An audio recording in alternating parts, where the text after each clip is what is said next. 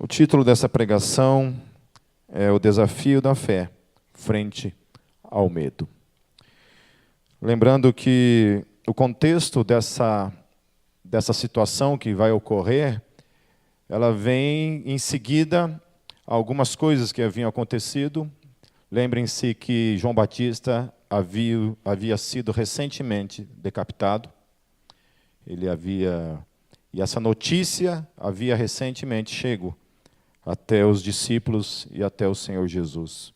E lembrando também que então alguns dos discípulos de Jesus haviam sido anteriormente discípulos de João Batista e, portanto, estavam vivendo e sofrendo um momento de luto pela perda do mestre, amigo, primo, irmão, que estava, então, agora diante do Senhor e não mais entre eles. Uma outra questão também é que Jesus estava certamente já esgotado fisicamente, porque ele já havia lidado com duas multidões e curado uma multidão de doentes e enfermos, em duas situações, um pouco antes dele atravessar o mar. Ele havia atravessado o mar de Tiberíades e agora ele estava novamente curando uma multidão de enfermos. E o texto fala que todos que eram trazidos até ele eram de fato curados. Logo em seguida, então, Jesus opera um outro milagre, que foi um milagre da providência, onde ele alimenta uma grande multidão com apenas poucos peixes e poucos pães. Ele alimenta uma multidão de 5.000 pessoas ou mais. Eu não lembro se nesse contexto era 5.000 ou 6.000, porque houveram duas situações, mas, se eu não me engano, eram 5.000 pessoas que ele havia alimentado com apenas poucos peixes e poucos pães. Então, dentro disso, Jesus, então, começa dizendo o seguinte. O texto começa dizendo o seguinte: logo em seguida, Jesus insistiu com os discípulos para que entrassem no barco e fossem adiante dele para o outro lado, enquanto ele despedia a multidão. Ou seja, novamente Jesus então os instrui a atravessarem o mar de Tiberíades. Eles haviam chegado do outro lado, haviam passado o dia novamente curando pessoas, e então Jesus os despede e pede para que eles vão na frente dele. Versículo 23, tendo despedido a multidão, subiu sozinho a um monte para orar. Ao anoitecer, ele estava sozinho. Então ele despede eles, e então Jesus tira um tempo para orar. Depois de todo esse cansaço diário de estar curando uma multidão de pessoas e ter operado esse milagre diante deles, essas questões do poder que envolvia o ministério de Jesus, o poder para operar milagres, esse é um mistério, né? Porque ele estava operando algo que realmente era sobrenatural, não era algo que vinha da natureza, mas era algo que vinha de algo superior, de um mundo superior. Aí até onde esse poder saía dele, ou até onde esse poder vinha realmente do alto, vinha da parte do Espírito Santo, o texto não diz.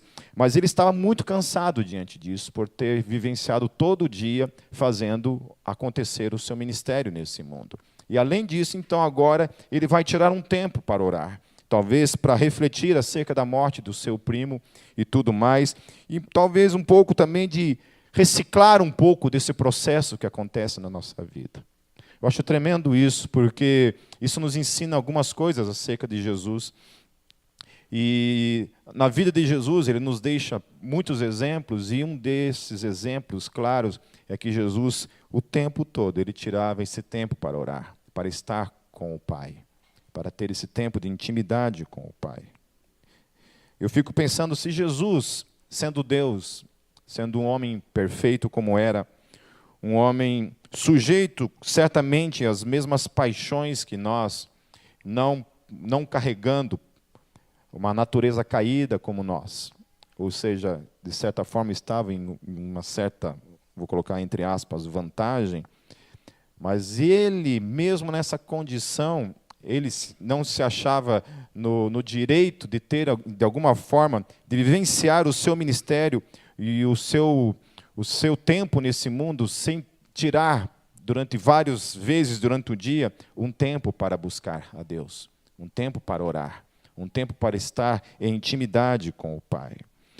Há duas coisas essenciais que envolvem, meus queridos, esse teu tempo de devocional diário.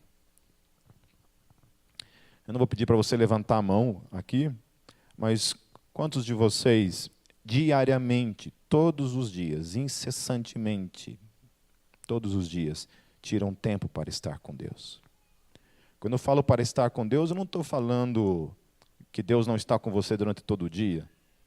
Mas estou dizendo aquele dia em que a tua mente não está envolvida em outras coisas, mas é o dia em que, aquele tempo que você tira para que a sua mente se volte única e exclusivamente para o Pai, para o Senhor Jesus, ou para a pessoa do Espírito Santo, para estar na presença do Pai. Ontem, dando renovo para os homens na minha casa, a gente trabalhou um pouco essa questão do devocional, e eu queria destacar duas questões que envolvem das razões pelas quais você deve ter diariamente um tempo com Deus. Eu não sei quanto é esse tempo. Sabe, esse tempo com Deus pode ser acordar mais cedo para estar na presença do Pai. Talvez durante esse percurso da tua casa para o seu trabalho. O Diogo estava testemunhando que ele vai de moto trabalhar, então é o tempo que ele tem com Deus. Só não pode fechar os olhos, obviamente, né? Mas é o tempo que tem com Deus, é o tempo que você tira para orar.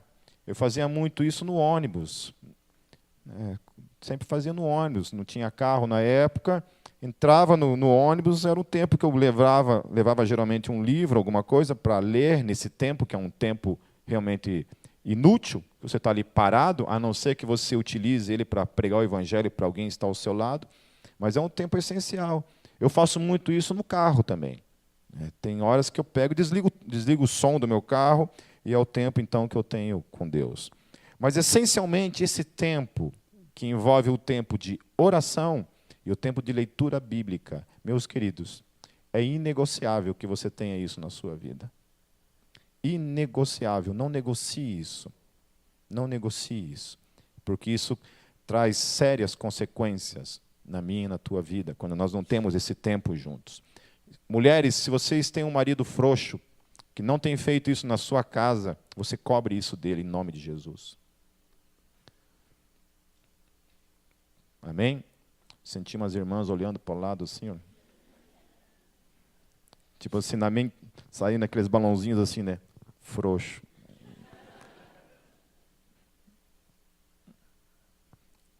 Amém? Então, há duas razões pelas quais você tem que tirar esse tempo, e são razões pelas quais Jesus tirava esse tempo com o Pai, todos os dias. Primeira coisa, da razão pela qual você precisa fazer devocional todos os dias, é porque devocional é uma expressão de amor. É uma forma de você expressar a Deus que você o ama, que você tem prazer em estar na presença dEle, que você tem prazer de estar junto com Ele. Você imagine se você é uma pessoa casada que nunca está perto de quem você ama. Você nunca quer estar junto da pessoa a quem você ama. Isso traz consequências ou não traz em qualquer relacionamento? Traz. Na vida cristã não é diferente. Se nós não tiramos um tempo para estar com Deus, automaticamente isso vai afetar a nossa relação com Ele. Em algum momento isso vai afetar a nossa relação com Ele. Vai nos afetar. Vai afetar essa relação. Por isso é essencial que eu e você, primeira coisa que tenhamos todos os dias, é essa expressão de amor para com Deus. Quer expressar amor para Deus? Tenha um tempo todos os dias com Ele. Tenha esse tempo diário com Ele. Você vai estar expressando o seu amor com Ele. A segunda coisa é porque Deus se agrada quando você tem um tempo com Ele. Lá em Provérbios 15, verso 8, diz assim: mas a oração dos retos ou dos justos é o seu contentamento. Aleluia. Você imaginou isso? Que todas as vezes que você ora, Deus se alegra de estar ouvindo a tua voz para Ele? Sabe disso? Então, quando você sentir de manhã assim, que você acordou de manhã e você não quer orar, você não quer tirar um tempo com Deus, lembre-se disso.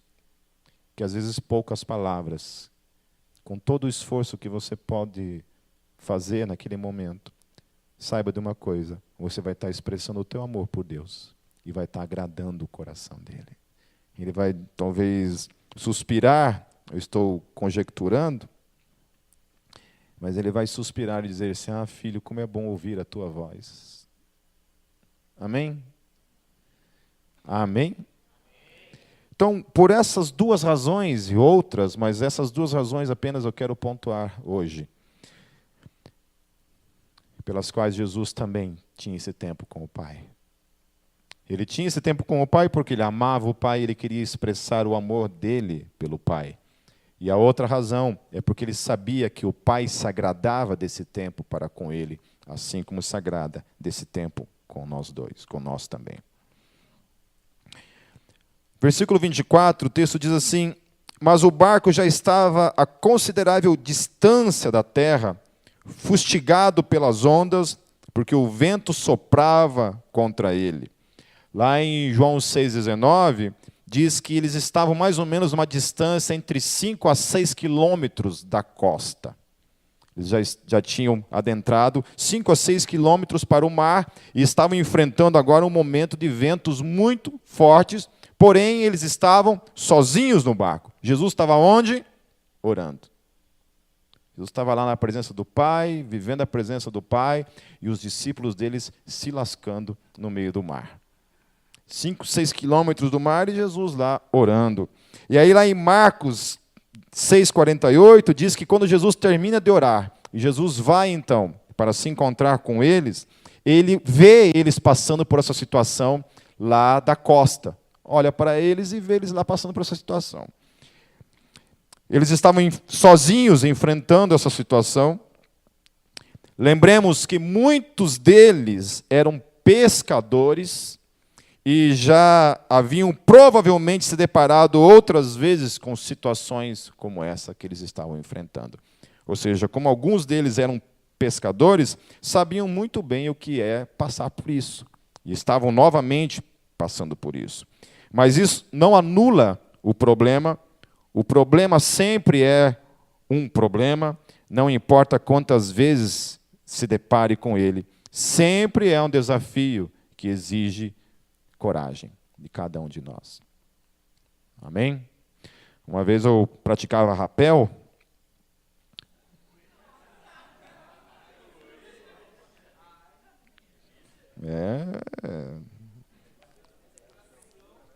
Testosterona, velho, era...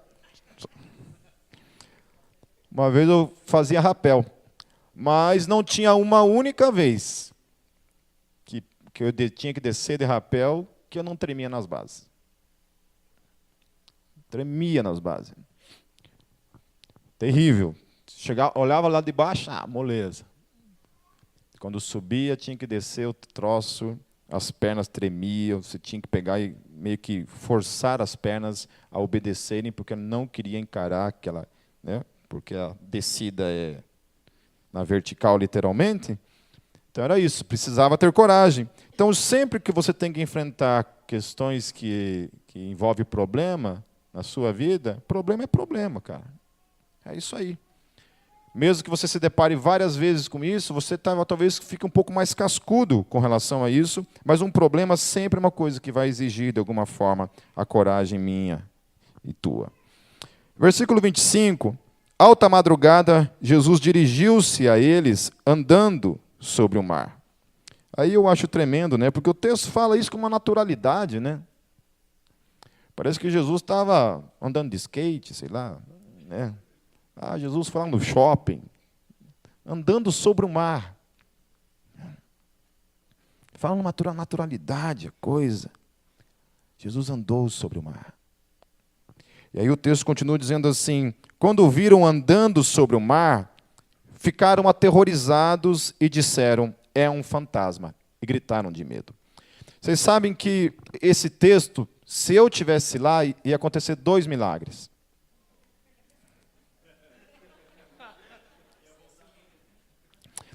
O primeiro milagre era Jesus estar andando sobre as águas. E o segundo milagre era eu que andar sobre as águas com certeza quando eu visse ele achasse que ele fosse um fantasma. com certeza eu atravessaria o mar Tiberíades com uma perna só, assim. Não? Só eu? E aí, eles acham que Jesus era um fantasma. Diante disso, eles veem aquela forma chegando até eles, e eles acham que Jesus era um fantasma. Uma vez, num debate sobre a imortalidade da alma, porque existe uma ala da igreja que ela é bem racionalista, sei lá o termo que se utiliza para isso, que não acredita, por exemplo, que quando um ser humano morre, o espírito dele continua a existir. E que, portanto, o espírito daquele que é o crente vai para Deus, e o espírito do ímpio vai para um lugar chamado Hades. Certo? Então, num debate, os caras disseram não, porque os judeus não acreditavam nisso. Bom, se judeus não tinham em sua mente a concepção acerca de fantasmas, por que os apóstolos, então, acharam que eram fantasmas, se eles não acreditavam na existência de fantasmas? E eu utilizei isso num argumento, um dos argumentos contra o debate, nesse debate, eu usei isso. E eles, não, mas isso aí foi um momento. Eu falei, não, meu querido. O texto fala, eles tiveram medo de fantasmas. Ou seja, eles acreditavam na existência de fantasmas, e fantasma, todos nós sabemos que são pessoas desencarnadas. Então, eles acreditavam nessa possibilidade de um ser humano que morre e continua a existir numa forma fantasmagórica. Mas eles acreditavam que isso era possível. Certo? Então, os judeus acreditavam na imortalidade da alma. E assim como Jesus também era consciente disso. E eles então têm medo. E aí, no versículo 27, o texto diz assim: mas Jesus imediatamente lhes disse: coragem, sou eu. Jesus sabia que o negócio ali estava tremendo que nem vara verde. E ele fala assim: coragem, sou eu, não tenham medo. Não tenham medo. O cantor Marcos Almeida, ele tem uma música chamada Ser Valente, que diz assim: desaprendi a encarar a solitude da alma. No abandono, o pavor, a insustentável fraqueza. Não sei ficar sozinho agora. Eu tenho você, mas o meu medo estraga. O medo se vai quando ouço a voz do alto me dizer: sê valente, sê valente. Ouço a voz do alto a me dizer: sê valente, sê valente. Sabe que os nossos medos têm muito a ver com a nossa falta de sensibilidade para ouvir Deus. Os meus e os teus medos têm muito a ver com a nossa falta de devocional diária. Os nossos medos têm muito a ver com a nossa falta de busca, com a nossa falta de Deus na nossa vida. Porque quando Deus fala, não temas, na palavra, existe uma distância que isso pode ocorrer comigo, com você, entre aquilo que está escrito e aquilo que é encarnado na nossa vida como realidade, todos os dias. Quem está falando com vocês nessa noite sobre medo é uma pessoa que sabe, talvez melhor do que ninguém, o que é essa palavra.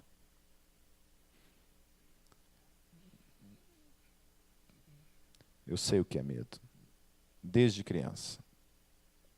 Desde criança, eu sempre fui uma criança muito medrosa, extremamente medrosa. Sei o que é diariamente sentir medo. Na hora que eu ia dormir, por exemplo, todas as noites era um inferno na minha vida, quando eu era criança. Porque meus irmãos estudavam fora, estudavam de noite, e eu tinha que dormir cedo, né? Naquela época a gente tinha que dormir cedo. Não tinha internet, não tinha Facebook, não tinha essas coisas, não tinha YouTube para a gente assistir, e aí a gente tinha que dormir cedo. E aí, até a hora que meus irmãos chegavam em casa, eu ficava tremendo de medo quando criança. E aí, assim, chegava para os pais e falava assim: pai, posso dormir com você? Era um tapão na orelha que vocês não tinham noção. Então, assim, ou apanhava ou se borrava de medo. Então, a gente optava por se borrar de medo mesmo, e era isso. Então, eu sempre fui muito medroso, eu tinha medo do escuro. Muito medo de escuro. Até hoje, quando a Kátia viaja, eu deixo umas 10 luzes acesas dentro de casa. Mas são esses medos que nos atormentam, e eu sei muito bem o que é isso, o que é medo. Então, o que eu estou dizendo para vocês, eu sei como é que a coisa funciona no meu dia a dia. O medo. Algumas coisas a gente vai descobrindo com o tempo, que são coisas irreais, e a gente vai se tornando mais forte, mas há outras coisas, por exemplo, que talvez te persigam para o resto da tua vida. Por exemplo, o medo da morte. Eu conheço muita gente que tem medo de morrer. E crente. Gente que acredita na vida eterna. Gente que acredita na vida pós-morte. Gente que acredita, assim como Paulo acredita, que para mim o morrer é lucro, porque morrer é estar com Cristo. Que tem essa confissão diária. Eu tenho essa confissão diária na minha vida. Mas quando a gente vê a morte, né, ou quando ela nos assombra, por exemplo, a gente vê toda a nossa confissão virar nada. Dostoiévski, em Irmãos Karamazov, ele diz o seguinte: evite o medo. O medo é simplesmente a consequência de todas as mentiras. Ele continua dizendo o seguinte: o medo acontece quando você acredita na mentira. Quando nós acreditamos na mentira, o medo vem. Eu não estou falando de algumas coisas que realmente são reais, mas estou falando de alguns tipos de medos que nós temos e que são irreais. Por exemplo, se nós acreditamos num Deus que cuida da gente, nós acreditamos na vida eterna, nós acreditamos que quando morremos vamos para estar com Cristo, por que nós temos medo de morrer? Por que temos medo de morrer? Não há alguma coisa errada em mim e em vocês quando nós temos medo de morrer? Então, por exemplo, você tem então de um lado a mentira, que é o medo, e do outro lado você tem uma palavra da parte de Jesus, uma confissão da parte de Jesus para mim e para a tua vida, que é: não tenha medo. Então eu tenho o medo, que é a mentira, e eu tenho a verdade que vem daquele que é a verdade, que é: não tenha medo. Não tenha medo. No filme Desafiando os Gigantes, segundo esse filme, eu não fui verificar até onde isso é verdadeiro ou não, diz que na Bíblia existem 365 citações dizendo: não temas. E aí o autor, logicamente, liga isso a cada dia do ano, né? Ou seja, você tem todos os dias, da parte de Deus, uma palavra que diga: não tenha medo. Não temas. Não tenha medo. Não temas. Se você e eu temos medo, é porque nós acreditamos na mentira. De alguma forma, na hora que o bicho pega para o nosso lado, a nossa confissão não é tão real para mim e para você. Quando o medo, a morte e outras questões vêm sobre mim e sobre você, a nossa confissão não resiste a isso. Porque 1 João 4,18 diz o seguinte, meus queridos: no amor não há medo. Pelo contrário, o perfeito amor expulsa o medo. Aquele que tem medo não está aperfeiçoado no amor. Voltamos de novo lá. Por que nós fazemos devocional? Para demonstrar o que por Deus? O nosso amor. E a segunda coisa, para agradar a Ele. Amém? Aí nós não temos devocional diária.